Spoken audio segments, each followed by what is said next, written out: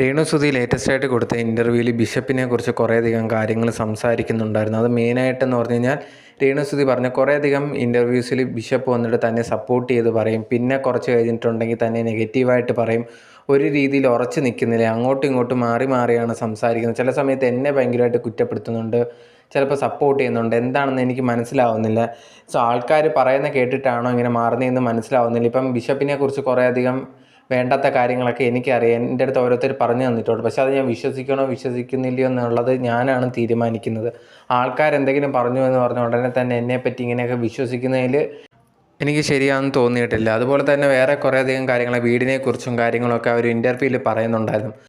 ആ ഒരു വീട് വെച്ച് തന്നതൊക്കെ ശരിയാണെങ്കിൽ പോലും അതിൻ്റെ കുറേയധികം ഇഷ്യൂസും കാര്യങ്ങളും ഉണ്ട്. ആ ഒരു മതിൽ വെച്ച് എൻ്റെ തന്നെ വീഡിയോ ഒക്കെ രേണു ഇട്ടിട്ടുണ്ടായിരുന്നു. അതിനകത്ത് ഫുള്ള് പൊളിഞ്ഞ് വീഴാനൊക്കെ നിൽക്കുകയാണ്. അതുപോലെ തന്നെ ആൾക്കാർ തന്നെപ്പറ്റി കുറേയധികം നെഗറ്റീവായിട്ടുള്ള കാര്യങ്ങളൊക്കെ വെളിയിൽ പറയുന്നുണ്ട്. അങ്ങനെയാണ് ഇങ്ങനെയാണ്, ഇതൊന്നും റിയലായിട്ടുള്ള കാര്യമല്ല, എന്നെപ്പറ്റി അറിയാതാണ് സംസാരിക്കുന്നത്, ഒരു കണ്ടൻറ്റിന് വേണ്ടിയാണ്. അത് പ്രത്യേകിച്ച് ഇപ്പോൾ ബിഷപ്പൊക്കെ ഓരോ കാര്യങ്ങൾ സംസാരിക്കുമ്പോഴത്തേന് അതിൽ ന്യായമുണ്ടോ എന്നൊന്നും അന്വേഷിക്കാതെ ചുമ്മാ കേട്ട കാര്യങ്ങളൊക്കെ പറയുകയാണ് എന്നുള്ള കാര്യങ്ങളൊക്കെ രേണു പറയുന്നുണ്ട്.